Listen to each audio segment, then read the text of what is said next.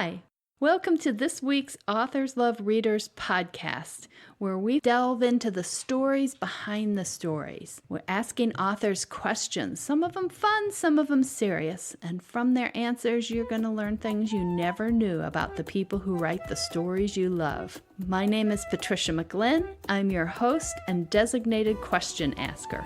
I'm Judith Arnold, and I'm an author who loves readers. My pleasure today to introduce Judith Arnold, and I truly mean my pleasure. I've known Judith for, we're not going to say how many years, because we're younger than how many years we've known each other. Yes.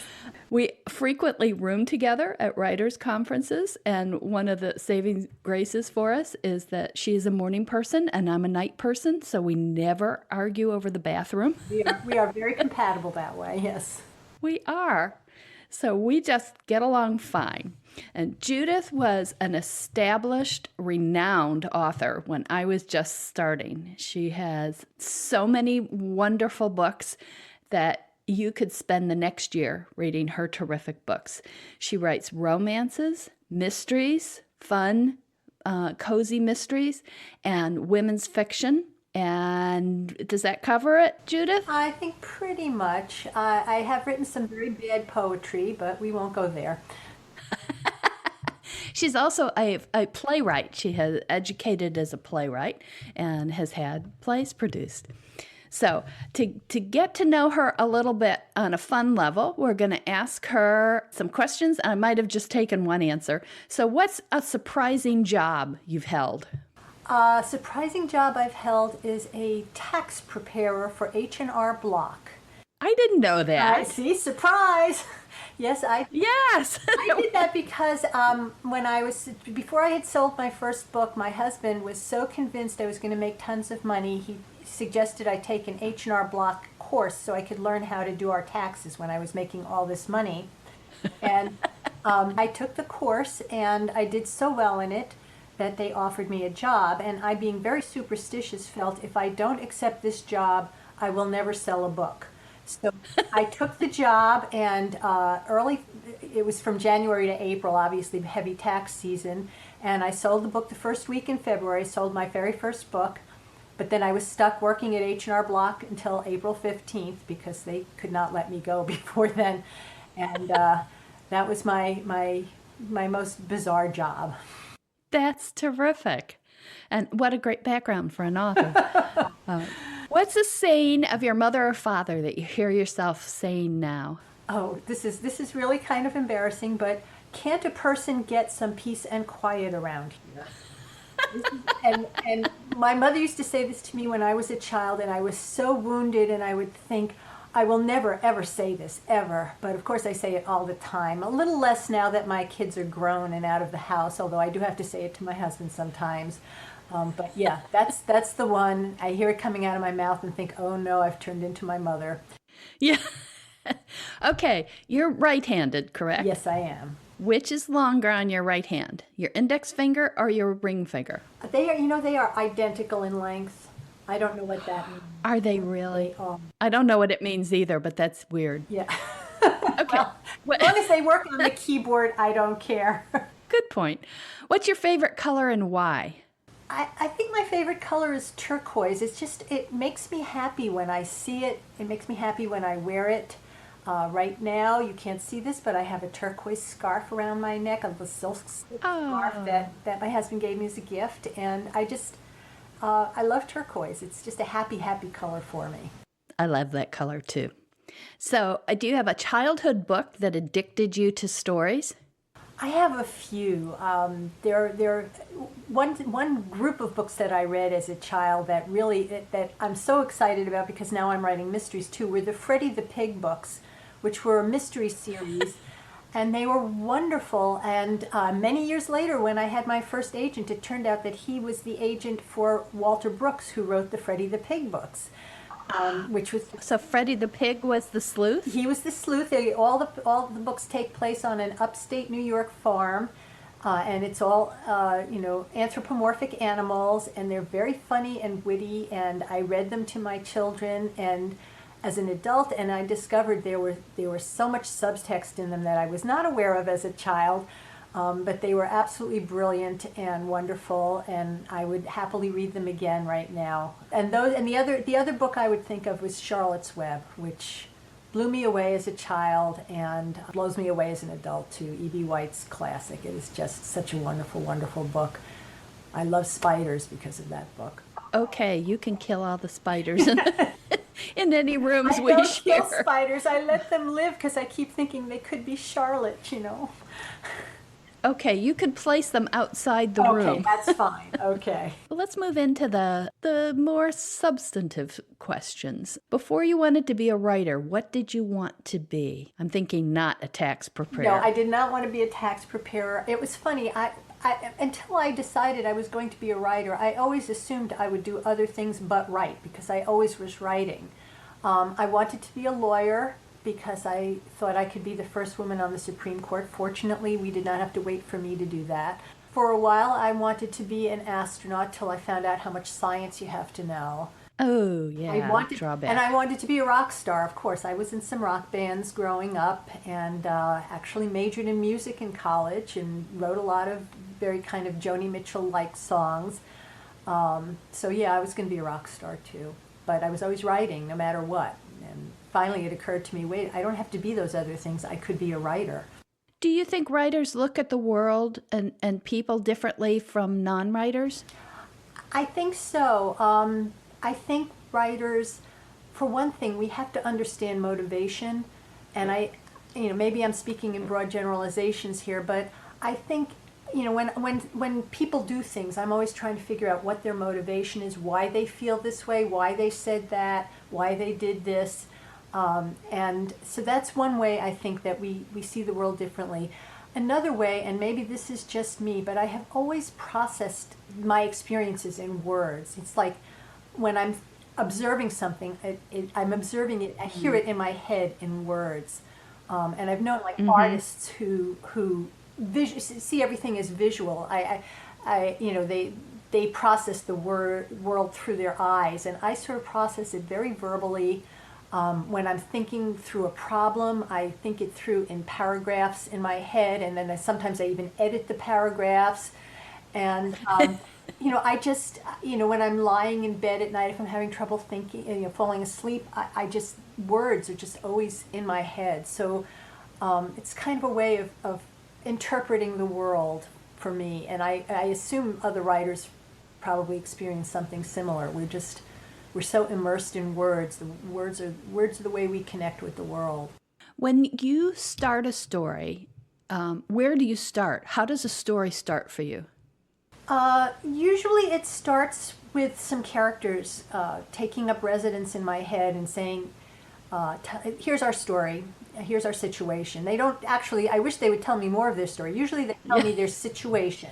Here we are, here's our problem, you write it out and solve it for us.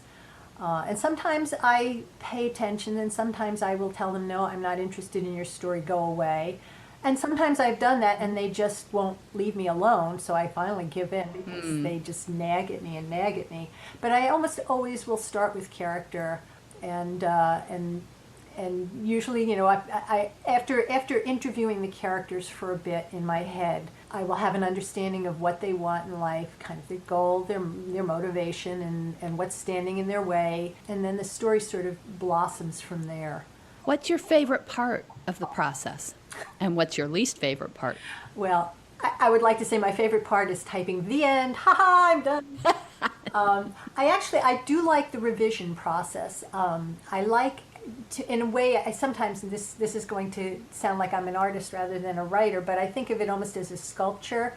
And the first draft is a very rough hewn part, and then I like to go back and polish and smooth and tweak. And play with the words. I get more of a chance to play with the words in the revision process. So I really do enjoy that. And it depends on the book. Some books are just so brutal to write. They just don't want to come out. And in those cases, the writing itself is a real torture. But usually I like the conception part, the part before I start writing, when I'm interviewing the characters and getting to know them. and I love the revision, and the rest of it, well, I love having written, as a lot of people.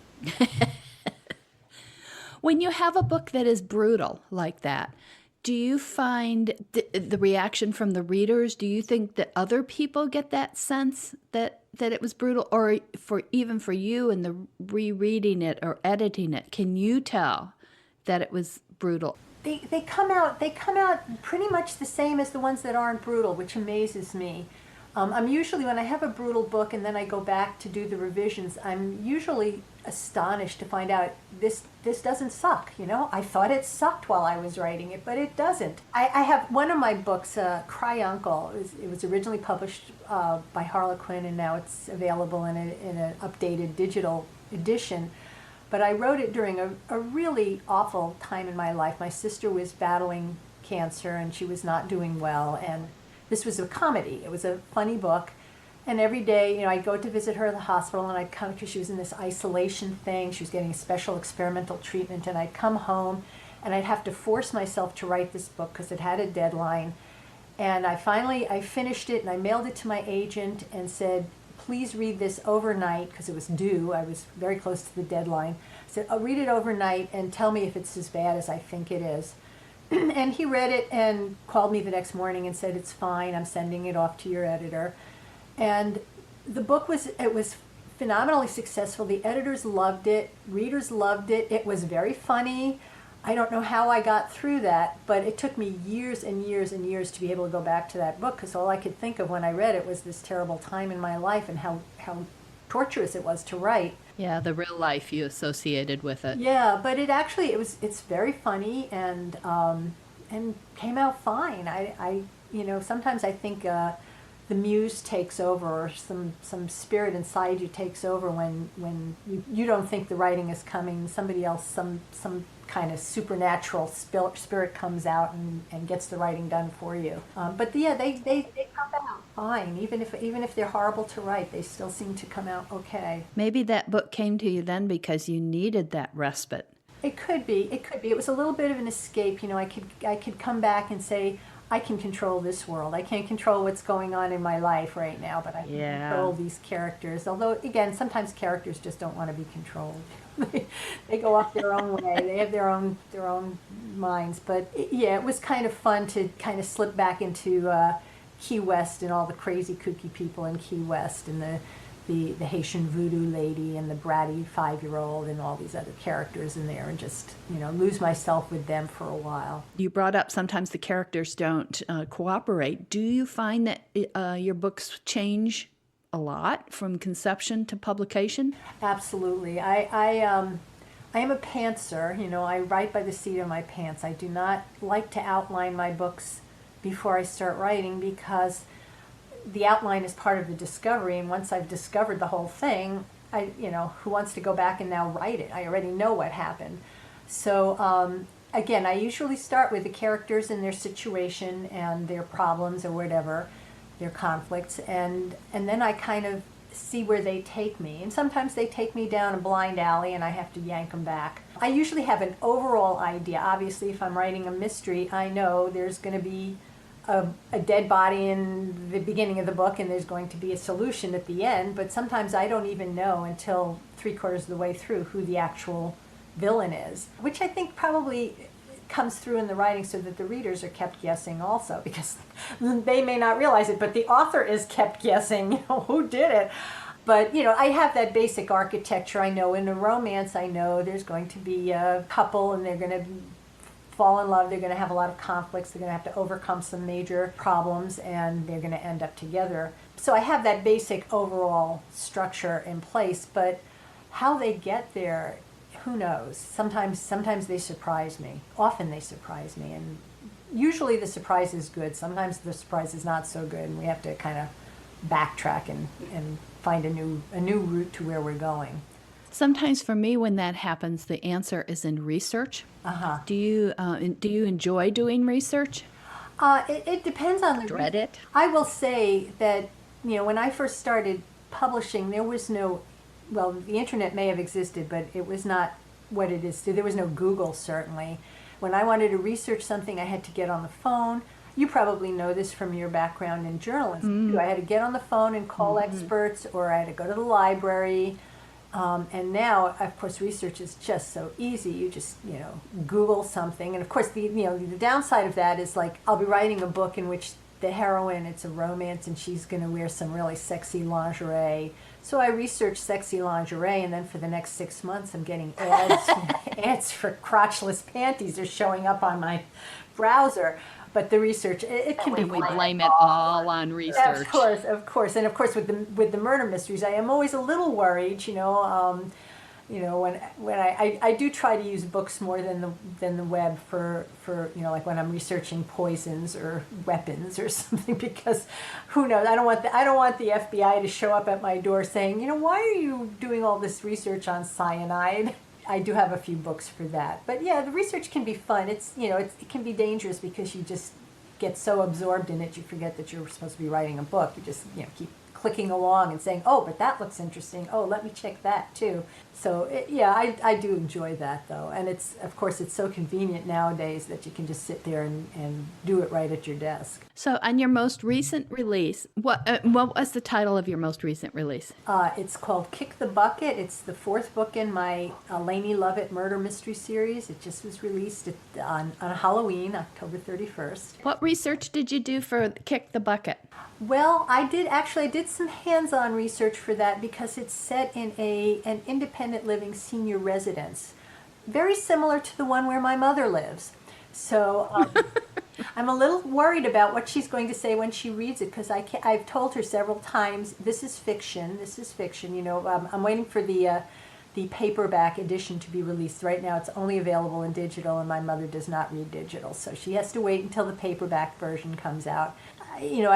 Having her live there and for the past 8 years, and I spend a lot of time there visiting her, and it was on-site research. I did have to do some research on poisons for that one, but my younger son gave me for Christmas last year a book about poisons.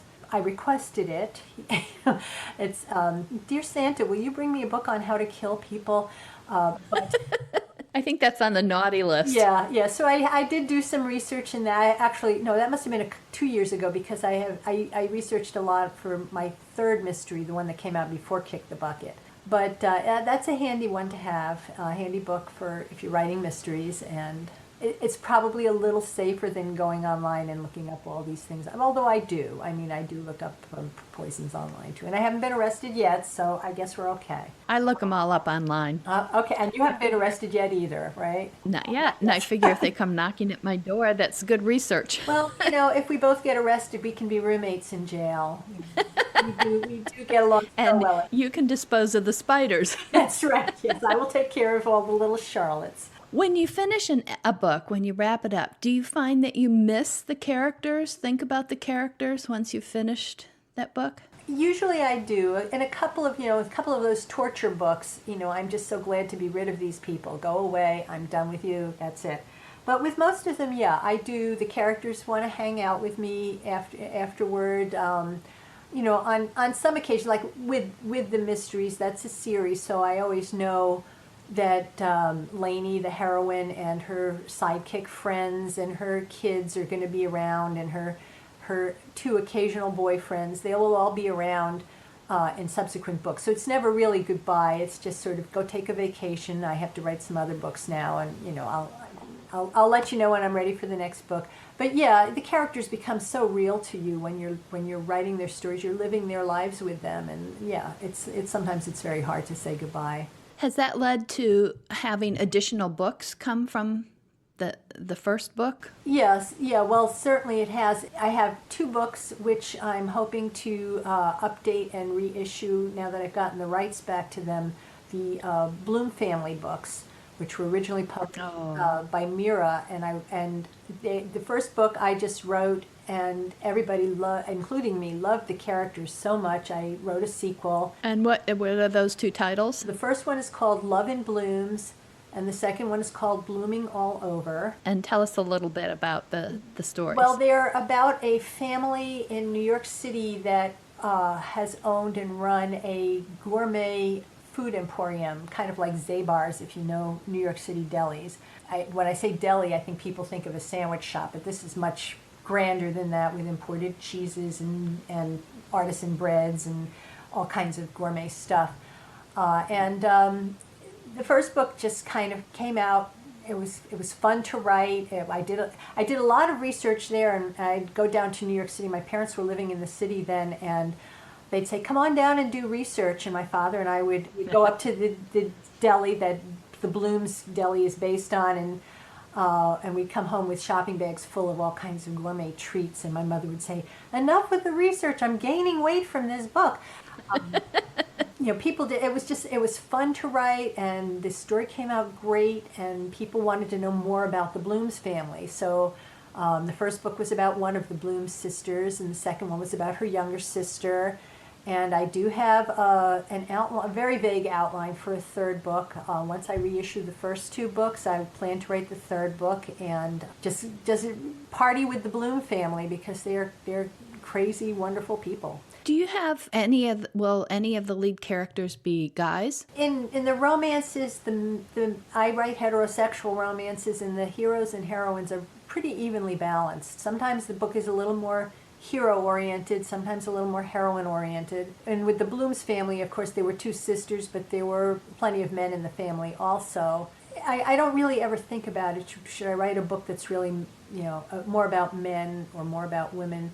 Again, in my romances, I tend to think they're pretty balanced. What do you find the most difficult about creating a character of the opposite sex? I don't find it that difficult, because I raised two sons, and watching, it was amazing. Watching boys grow up helped me to understand why men are the way they are so much. I mean, you see it from an early age. I'm a militant feminist and wanted to raise feminist boys, and I think I did. They both are very good cooks and very helpful and very respectful of women and view women as their equals. But there are certain things that are hardwired into men that originate when they they pop out of the womb with their little Y chromosomes, and watching them grow up really gave me a lot of insight into guys. Now, I have messed up some things, I know. Sport, this would break your heart, but I do remember I wrote one book in which the characters were discussing the Harvard-Yale football game, and the book is set in October. And my husband went ballistic. He said, "No, that game is always played on Thanksgiving. What is wrong with you?" But he's the only one who ever noticed that. I did not get, a torrent of letters from readers saying, "Why did you have them discussing the game in October?" But so I might get some of those details wrong. But yeah, occasionally my husband, who's read a lot of my books, and he will say, "Real men wouldn't think that way," when he's reading a romance. And I always say, "Yes, but these are fantasies. these are what women wish men would be like." So I don't find it that difficult. I think part of the job of a writer is to get into the heads of people we aren't. In the same way that is it difficult for me to get into the head of a 5-year-old, because I've written some books with young characters, or an elderly woman, or someone from another country or another ethnicity.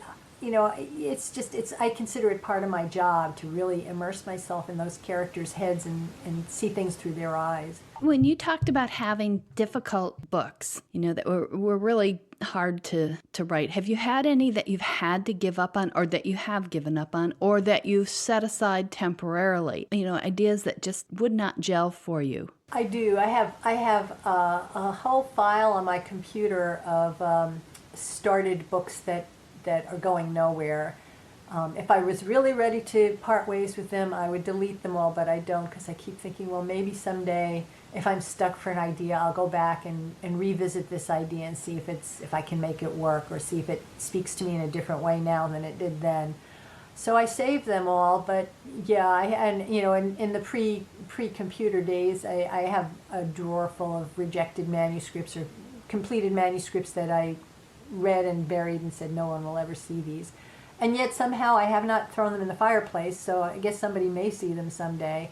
I will be dead by then, so they can't embarrass me.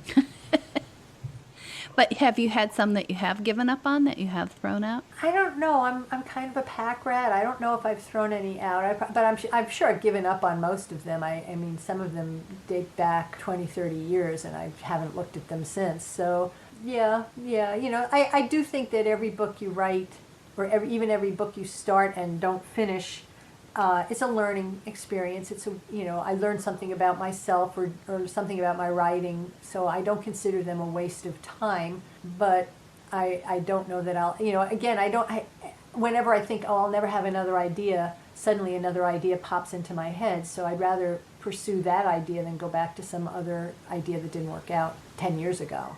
Do you have a specific name for the computer folder that you put those files in? No, they're all actually, it's my WIP folder, WIP, works in progress, and everything, whether it's a successful book or an unsuccessful, aborted project, they're all in that folder. Once a book is finished and on its way to publication, it gets pulled out of the WIP folder and gets its own folder then, because I'll have other material that I'll want to affiliate it with, like the blurbs and the reviews and whatever else I have for it. But until it's completed and on its way to publication, everything is in the WIP folder, including sometimes I look at the WIP folder and I see a title of a book and I'll think, really, what was that? I don't even remember it. And I suppose I could open that file and read it and say, oh, that was what that was, but I don't have the time right now, because there's always a new idea and I'm so busy focusing on that. Of your books that have made it from the WIP folder to the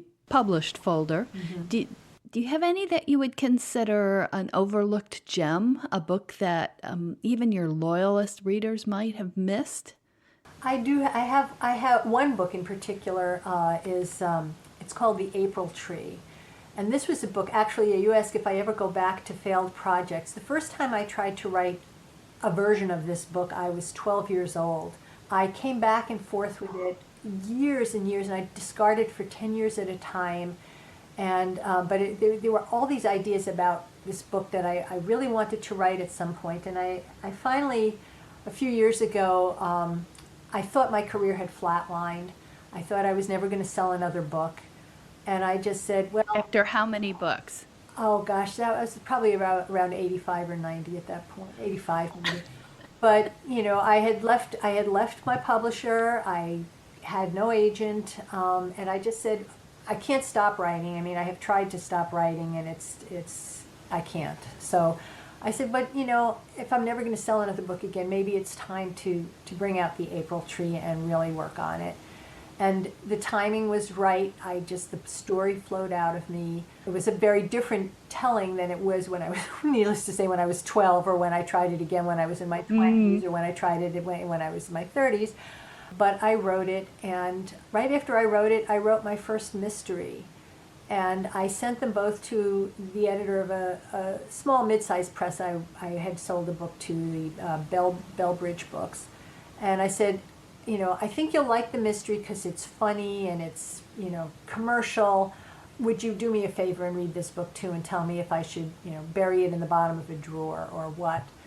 And my editor started reading it first before she read the mystery. She called me up a couple of days later and she said, I've just finished the first chapter and I can't stop crying. And she ended up reading it and insisting on publishing it. And it's very different from my other books. It's more literary. It deals with some very heavy issues. It's about how three friends cope with the inexplicable death of their fourth friend.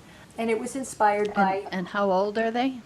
Well, in the beginning of the book, they're 15. At the end of the book, they're 20. It's in two parts. One is when they're in high school, and one is when they're in college. But when I was 12, my best friend died, and it made me question so much about life and what I understood and faith and all of those things. And these were questions, obviously, that have been rattling around in my head ever since. And so writing this book out allowed me to explore those feelings, and it's really, I think it's a beautiful book. It is such a special book to me.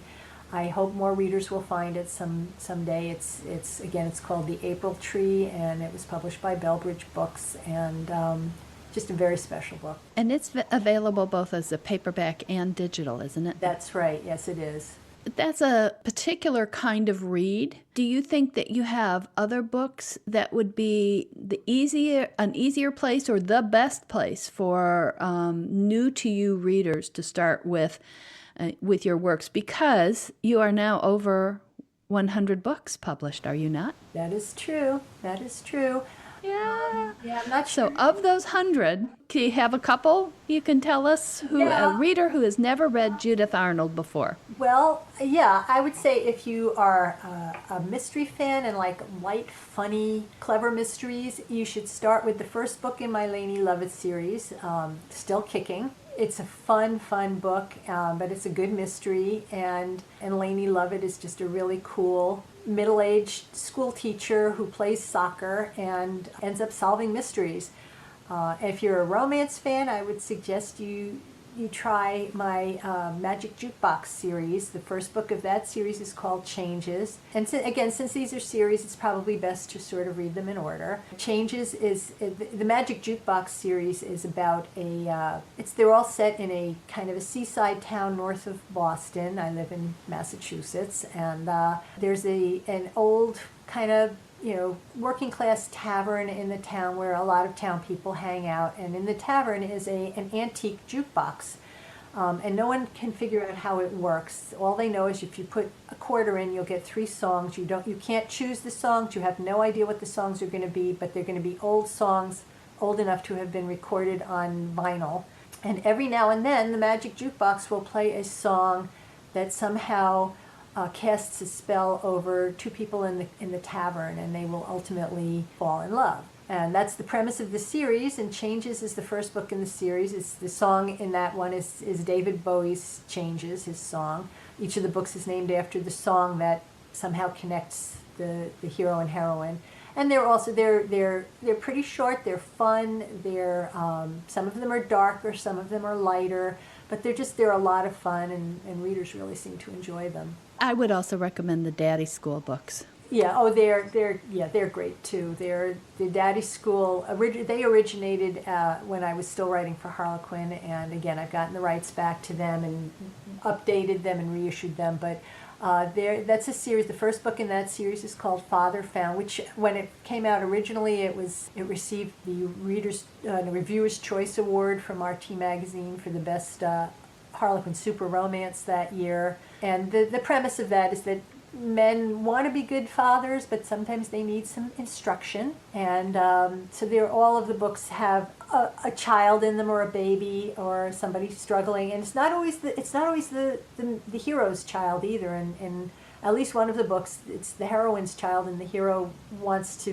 he's falling in love with the heroine, but he hates children. So he still has to learn how to deal with kids too. And they're a lot of fun. Again, some are a little lighter, some are darker. But the first book in that series is called Father Found. That's a fun series too. Yeah, what do you read for fun? Well, it depends on what I'm writing. If I'm working on mysteries, I try not to be reading mysteries. If I'm working on a romance, I try not to read a romance. I really do like what I guess falls under the kind of vague genre of women's fiction, which I think, it's a funny name. I always joke that if somebody took The Great Gatsby and put a pink cover on it and it was written by Zelda Fitzgerald, it would be considered women's fiction. But I think of women's fiction as books about relationships, books about they're character driven. They usually have strong, interesting heroines. So I love women's fiction. I'm pretty eclectic. Frequently I will just read a book that somebody's handed to me, or that my book club is reading, or I recently read a couple of manuscripts from friends of mine who wanted some input on them. It varies. Right now I'm reading a women's fiction book by a friend of mine, and enjoying it a lot. Do you find that when you read manuscripts like that, where somebody's asking for input, is that a different reading experience for you from reading a finished book by somebody you don't know? Yeah, it is definitely. For one thing, when I read a finished book, I know that my input is not going to make any difference. I I can't call them up and say, I think that you could build this plot thread a little stronger or whatever. There's no point. I don't read those books with a pen next to my hand. But yeah, when I'm reading critically for a friend, yes, I'm looking at very specific, and I'm not looking for problems, but I'm looking for whatever I can tell them that will help them strengthen the story. So sometimes if a story is flawless, well, bravo. But if a story has promise but needs some work, you don't just want to say this has promise and needs some work. You want to be able to kind of guide them, say, here was the question in my head when I read this section. Here was what I was wondering what the heroine really wanted in this moment, so that they have something that they can work on if they want. I don't take it personally if they read my critique and say this doesn't make any sense to me, and they can toss it. It's up to them. It's their book. You're probably better at reading published books without that critical aspect to it than I am. No, I know. It's hard. There have been times when I have bemoaned the fact that I am a writer because it has, in some ways, really diminished the joy of reading for me. Because, yeah, we read everything as writers, and we think, oh, I would have done it this way, or oh, she really blew that, or oh, he didn't develop this the way it should have been developed. Yeah, it makes you very, very critical. I used to liken it to a magician watching another magician's performance and thinking, oh, I know how that works. Oh, I know how he did that. So it does reduce the joy, and that's one reason that I sometimes enjoy reading books that are completely not what I write, and just because I can sort of separate myself from it more and not think, oh, he should have done it this way, she should have written it that way. I like the magician because that sometimes it's not that we're thinking how I would do it or change this or do that. It's just seeing the man behind the curtain. So you know what's happening and you know what's going to happen well before you should in the rhythm of the story. And it makes it hard to be as immersed in the story. Right. A lot of times I go back and reread things that I first read before I became a writer because I can still access that reader feel. Oh, that's wonderful. With those. Because sometimes when I do that, I go back to them and I think, oh, why was I so transported by this back when I was 20, So it can go either way, but to have that fresh eye and that almost naivete when you read that book, it's like, oh, wow, this is a whole new world now. I can jump into it. Yes. And speaking of reading and readers, we had some questions from readers. One may not apply as much to what you're doing now as an independent author, but she asks, when the cover image doesn't match the character description, and the reader says, a pet peeve of mine, how does that feel? Oh, it is a pet peeve of mine, too. When I worked with publishers, especially with Harlequin, they would always ask for these very detailed descriptions of all the characters before they did the cover art. And then they'd send you the cover flat and you'd say, huh? I do remember I had written a book. I had visualized the hero as looking like, I think his name was Richard Dean Anderson. It was MacGyver, the original MacGyver, really kind of blonde guy. Yeah. And I specified this on the, and he was kind of a quirky, high-tech genius, too, so it made sense. And then they sent me the cover flat, and instead of MacGyver, I got Doby Gillis. And I was just, oh, no.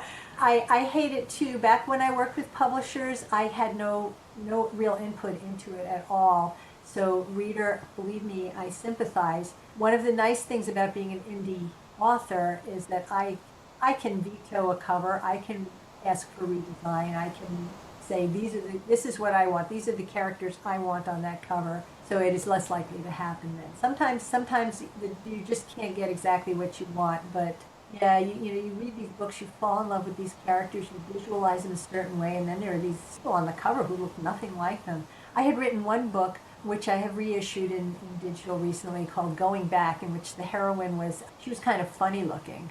And that was one of the premises of the book. She just was not very pretty.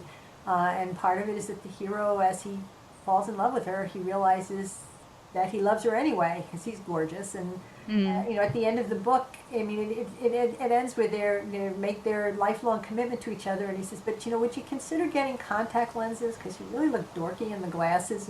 So it's not like she suddenly, not like the librarian who puts down her hair and takes off her glasses. And she's always going to be funny looking, but she's just a wonderful person, and he loves her. And of course, I got the cover, and there's this absolutely gorgeous woman on the cover, and I said, Oh, no. that's not how I pictured her, but what are you going to do? I got one cover, and I said out loud as I looked at it, who are these dorks, and what did you do with my characters? He's a rancher, and they've got him in a suit, and, I just...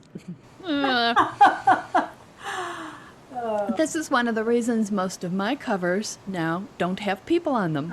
Because I can never find the right people. I could spend days looking at stock photos, and none of them are exactly who I have in my head. So I tend not to have people. I tend to have something that represents either landscape or something that represents something happening in the book, because that's a lot easier to get right. So that is a great question, reader. But, the other thing I would say to the reader, to everybody, is that when you read digitally, I mean, I do most of my reading on Kindle now. The cover is a good tool to capture your interest in the book, but once you start reading, you don't ever look at the cover again. So that sort of helps me when there's a cover that I don't think is right for the book, but then once I'm in my Kindle, I don't really have to look at the cover anymore. That's a really good point. I tend to read digitally, but across multiple platforms, and audiobooks too.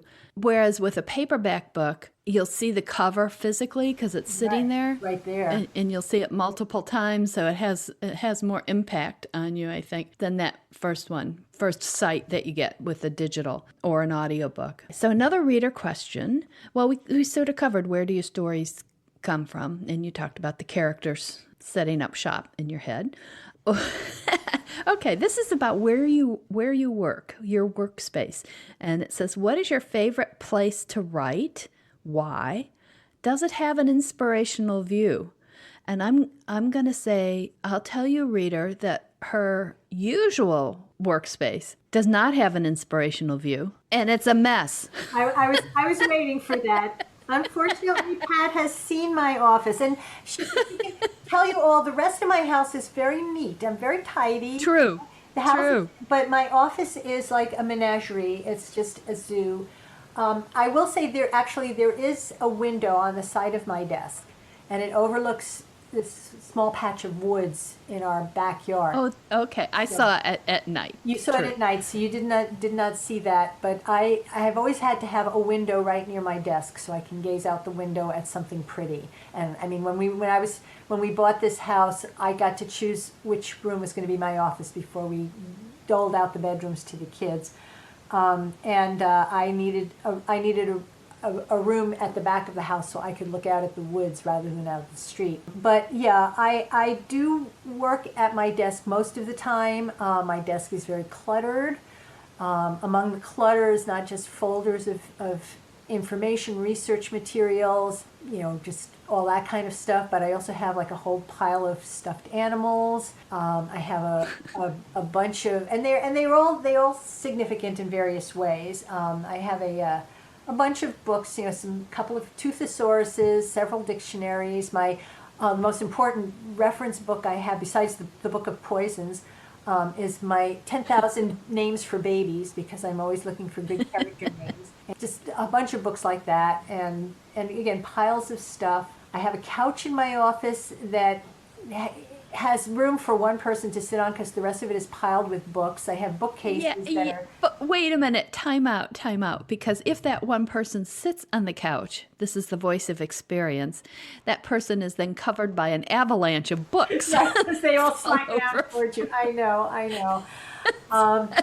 But I also find I can work when I have to. I take my netbook on my little laptop, and if I'm traveling, or when my kids were growing up, I used to take a laptop to their Little League games because they'd have to get to the field an hour before the game would start. I never missed watching the game, but during the hour warm-up and practice, I would just take my laptop and sit in the bleachers and get a lot of writing done. I did have to be careful because sometimes a kid would suddenly, I'd realize some kid was reading over my shoulder, and if this was a sex scene, that would not have gone over well. But, or the lounge outside their music teacher's studio, or when one of my sons is recovering from cancer right now, but I have gotten a lot of writing done in the waiting room when he was getting his chemo, and on planes. And he's doing great. He is doing really well. He is in remission. No signs of cancer in him right now, and we're very pleased. And I'll give a shout out to Dana-Farber Cancer Institute in Boston. They are miracle workers. So I do find sometimes that I get more writing done on my laptop because it doesn't have, I could access Facebook on it, but I don't. It's sort of more focused. It's not as comfortable a machine for me to go around playing, and I certainly can't play solitaire on it very easily. So I do write on that sometimes if need be. But I'm very comfortable in my office. It's my little hidey hole, and that's where I get most of my writing done. Amid the clutter, I keep thinking, how can I write with all this clutter? But somehow I think it works for me. I've reached a point now where I'm afraid if I cleaned the place up, I would never be able to write again. So that's my excuse anyway. Yeah, it's so weird because, as Barbara says, the rest of her house is very neat and orderly. And having roomed with her, she's generally neat. And yeah, this room is when you walked into woo! my office, you said, "Oh my God." And you were talking about little kids seeing what you were writing on your screen. Are you conscious of that on airplanes? Fortunately, the seats usually have pretty high backs. If there's somebody sitting next to me, I'll kind of tilt my machine a little bit just to make sure they can't see what I'm writing. I don't. It's not. It's the people diagonally behind you, because I look at people's screens, so I know people look at the screens. So I'm very conscious of it with mine. That advice, I will bear that in mind. So Yep. So watch what you're writing on airplanes. I will be very careful about that. From when you first got published, have you changed the way you write? Has it changed your process, or? Yes, it has a lot. I sold my first book in 1983, when dinosaurs still roamed the earth. When I first started writing, I was reading a lot of romances and trying very much to mimic, and not to copy, but to kind of capture that voice and capture that kind of language. I know I slipped a lot because my editor always would tell me, I was reading your book. Every time I read one of your manuscripts, I always have to look up at least one word. And that kind of irked her. But I have a big vocabulary, what can I say? But as I began to feel more confident about what I was doing, I began to color outside the lines a lot more. Now I think my writing my writing voice is a bit more streamlined. It's a bit more direct, and I feel much more comfortable that way. And in terms of the writing process, I used to get the best writing done in the morning. Now I get the best writing done in the afternoon. It's You're coming to the dark side. Yeah, no, it's because I'm out jogging in the morning and taking care of errands and things like that in the morning. There's something about, I usually have a real dip in energy in the early to mid-afternoon, and somehow that dip in energy, you'd think it would make it harder for me to write, but it sort of strips away any kind of inhibitions is not quite the word. Internal editor? Yeah, that's it really, and I just say, okay, I'm exhausted, I'm just going to spew it all out however it comes out, and I get a lot of writing done in a very short stretch of time, usually in a couple of hours. It's like I have to build up and build up and build up until about 2 or 2:30 in the afternoon, and then it all comes gushing out of me.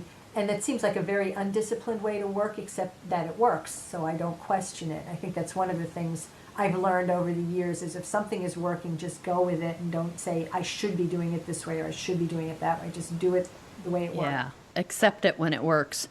Yeah, but yeah, be grateful. Fall on your knees and say thank you, Muse. Yes. It's working.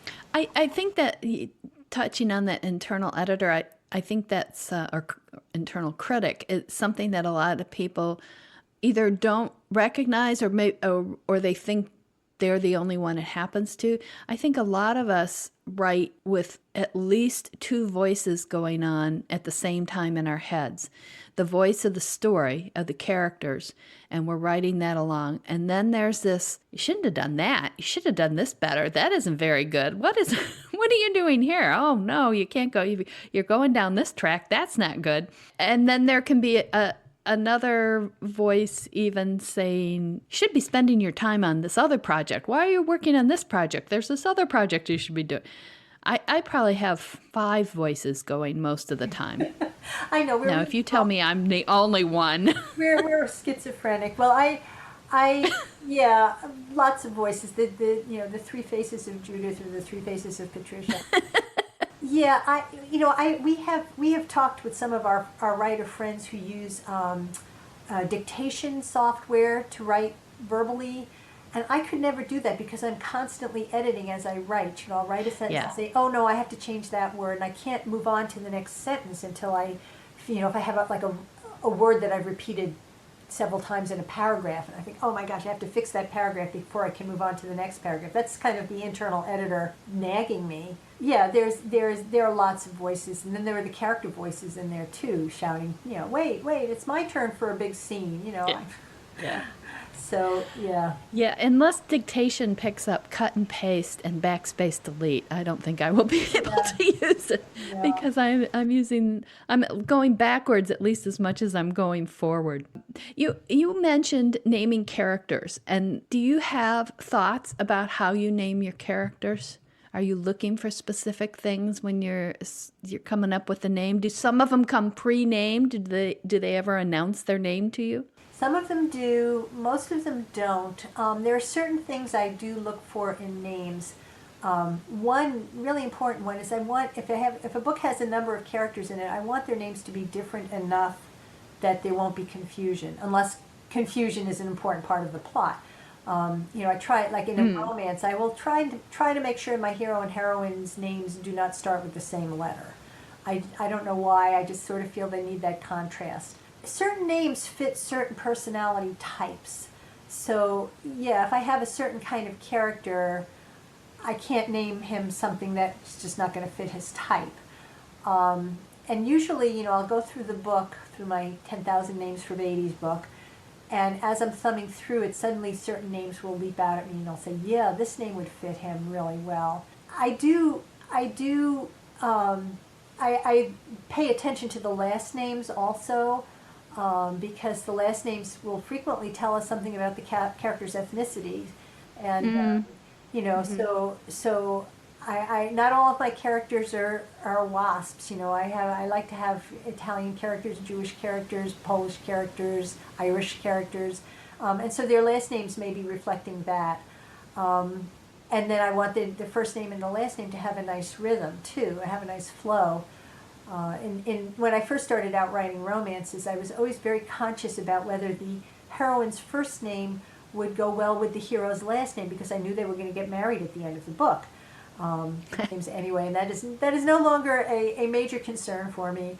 But you want the names to tell us something about the character. Sometimes a person's name really reflects the kind of person they are, or reflects something about their background, because I pay a lot of attention to my characters' backgrounds, their childhoods, what their parents were like, where they grew up. I had in the second book in the Magic Jukebox series, the hero, his family came over from Russia when he was a small child. That affected the kind of person he was, because he became a very rebellious American teenager who kind of troubled his parents.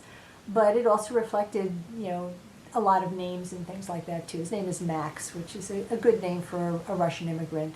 Because you also, if your characters, if it's a romance hero, you want his name to be kind of sexy also.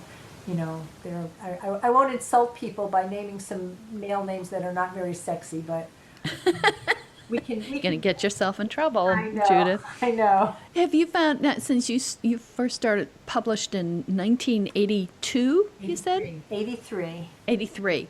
Okay. Have your When I was have the 5 years names old. changed or can you go back and look at the names of characters in those early books and see that they were, oh, look at those 80s names or look at those early 90 names? I've tried not to do too many trendy names, actually. The heroine and the hero and heroine of my first romance were named Kate and Russell. And I'm not sure where I came up with those names, except I liked them. But they're not particularly 80s names. Well, Kate was, I guess, a pretty common name at that point, or for babies. But, I've always had this sort of feeling when I would read certain romances and the hero's name was, Flint or something like that, and I would think, what were his parents smoking when they came up with that name? I don't know. I've tried to have kind of normal names, names that people can relate to. I had one hero named Cody. And this is a fun book. It's called Married to the Man, but he was definitely a bad boy. Until I had the title down for that book, my working title for it was Every Writer Needs a Hero Named Cody. And so I had my... It's a rather long title. Yeah, well, it was what I had in my head. He was going to be my Cody. I was going to write my Cody book. Did you ever have a hero named Cody? No, I don't. Aha. Well, every writer needs to have one. So I still got to write more books. Yeah, you better write a Cody book soon. But for the most part, my characters have pretty ordinary names. I think another reason I like to give them sort of ordinary names is because I want them to be relatable to the reader. I want the reader to say, oh yeah, this is someone I could know. This is someone I could be. This is someone I could fall in love with. I choose names that convey that. I have another reader question, and I love this one. If you could write a book with any author, alive or dead, who would you want to work with and why? Oh, that is a good question. Because collaboration is a tricky thing. And, there are writers who I absolutely admire and love, writers who have changed my life. I would say one writer... Like who? Harper Lee, To Kill a Mockingbird. That book changed. That was the book that made me decide, I want to write. I think, I was writing before I read that. I read it for the first time when I was 10, but it just knocked me sideways. That book just floored me. And it still floors me when I read it. But I would be so intimidated. The thought of collaborating with her, I would say, I will be your secretary. You just dictate to me and I will write it down. I think it would be probably more fun to collaborate with someone, whose writing style is kind of different from me. I did once collaborate with a friend on a play, and we both thought the play, when we were done writing it, we thought it was absolutely brilliant, and I sent it to my then theater agent, who said, well, that was a fun project, now get back to work.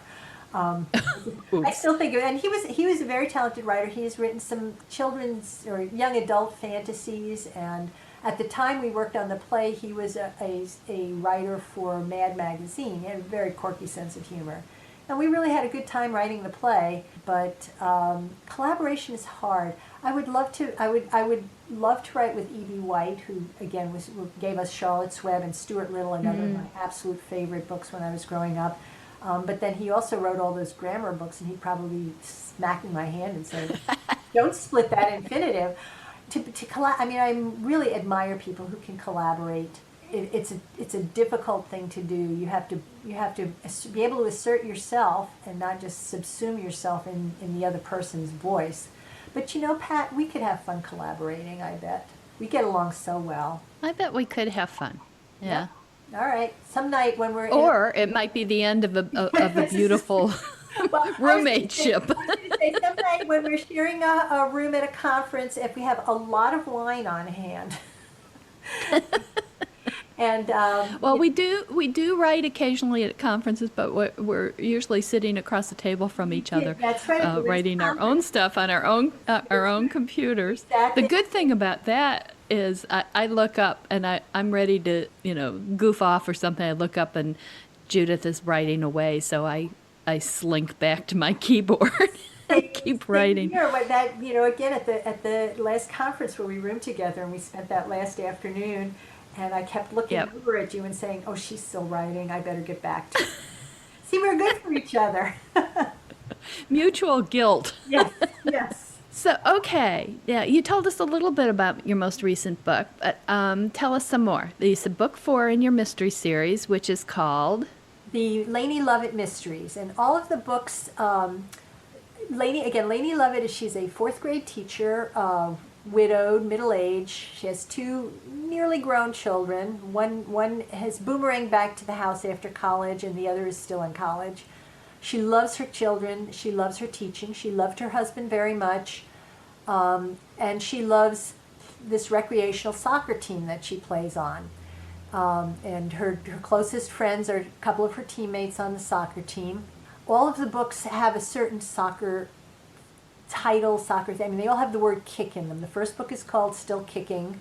The second one is called Kickback. The third one's called Drop Kick. And the fourth one is Kick the Bucket. And they're very funny. And as one thing I learned, if you want to write funny mysteries, you always have to make sure that the victim is someone who's pretty despicable. Because otherwise, if it's a beloved person, nobody's going to find the book funny. But if it's an obnoxious creep, everybody's kind of happy he's dead. And that's kind of the attitude I have. And again, Kick the Bucket they're all set in a moderate-sized town in the Boston suburbs. If you saw my town, you probably would recognize some of the scenes. And I've changed the names, but our little favorite Mexican restaurant in our town is called El Camino in the series. And Laney and her friends, after soccer practice, they always go to El Camino for margaritas. She just in the first mystery, she is kind of dragged into the mystery quite against her will and by accident. But now, once she solves that mystery, people sort of revere her as the person who can solve mysteries. And in the fourth book, in Kick the Bucket, one of her soccer friends brings her to visit the soccer friend's aunt who lives in this senior residence, independent living residence, because there are a number of mysteries in the residence, and they all want that famous friend of yours who can solve mysteries, figure out why things are missing. And of course, given who the residents are, some of the things are missing because they've misplaced them, or because they're one well, I don't want to ruin the book, but things like that. But and somebody dies, and as Laney points out, well, people are old in this place, so I guess that's not surprising, but she begins to suspect there's something very suspicious about this death. And she just kind of gets sucked into it. So but they're a lot of fun, and there's a real kind of suburban feel to them. And although the third book in the series is set in and around Boston, has more city scenes, because you have to be careful. You don't want to get into what I call the Jessica Fletcher Cabot Cove situation, where everyone comes to this little town in Maine and dies, and so you do want to kind of open things up a little, so it doesn't so Rockford. The town is, I named the town Rockford because I used to love watching the Rockford Files. That is my homage to James Garner. You don't want people to think that Rockford is a town people go in to die. So I have had some of the murders, one of the murders is set outside Rockford, and actually in the second book, in Kickback, the murder victim lives a town away from Rockford, but she works in the school where Laney teaches. Yeah, so in Kick the Bucket, it was fun to get her into this other community with these older people. I had a lot of fun writing about them. In order to have an excuse to keep coming back to the place, she offers to teach a class in memoir writing, and I have had a lot of fun having these people arguing about their memoirs and writing these paragraphs about 40-year-old and 60-year-old grievances and things. So it was a lot of fun to write, and I hope it's a lot of fun to read too. So what do you have coming up next? What's the next release on the schedule? Do you have one? Well, I don't have a release date yet. I've just started work on a new Magic Jukebox book. This book is called Rescue Me, after the Ah, Franklin yeah. song. I love that song. One of the things when I'm writing the Magic Jukebox books is that I listen to the song, the theme song of the book over and over. So I've been listening to a lot of Aretha Franklin singing Rescue Me. And the hero is a police officer in town who's trying to help the heroine who's being stalked by someone, but in a way he needs to be rescued from traumas in his past also. So they end up rescuing each other in a way. He's a police officer, and she's a kind of she's a yoga teacher who comes from a very flaky background, and so it's an opposites attract kind of book. But they end up rescuing each other, and because I like mutual rescues. yes, Yeah. I do too. So I'm just starting it now. I'm in the first chapter, but hopefully I will be able to write it quickly because my readers keep saying, when is the next Magic Jukebox book coming out? So got to get it done. So where can readers find out about that book and the Laney Lovett series and all your other books? My website is www.juditharnold.com, and I have a Facebook page which I think is Judith Arnold Author, and or they can follow me on BookBub. I have I have followers there too. All my books are available on Amazon and iBooks and all of the retailers, and I'm out there, and contact me through Okay. and we'll talk. And we will have the URLs in the show notes, where it's so much easier to just click and go find out more about Judith. And now we're going to do a little epilogue on this. These are rapid fire, hopefully fun questions. This is the light. No round. forewarning. The And it's an lightning round. either or. Okay. You have to pick one or the other. Okay, I'm going to start you off with dog or cat, Dog. tea or coffee, Coffee. cowboy boots or hiking boots, Hiking boots. cake or ice cream, Ice cream. day or night. Day. Which is eerier to you, an owl hooting or coyotes howling? Coyotes howling. Cruise or backpacking? Oh, gee. Cruise. I'm getting old. 40 years ago I would have said backpacking, but now I'm getting old. So, okay, cruise. Mountains or beach? Beach. Leggings or sweats? Sweats. Save the best for last or grab the best first? Saving the best for last. Okay, that will be our last question for today.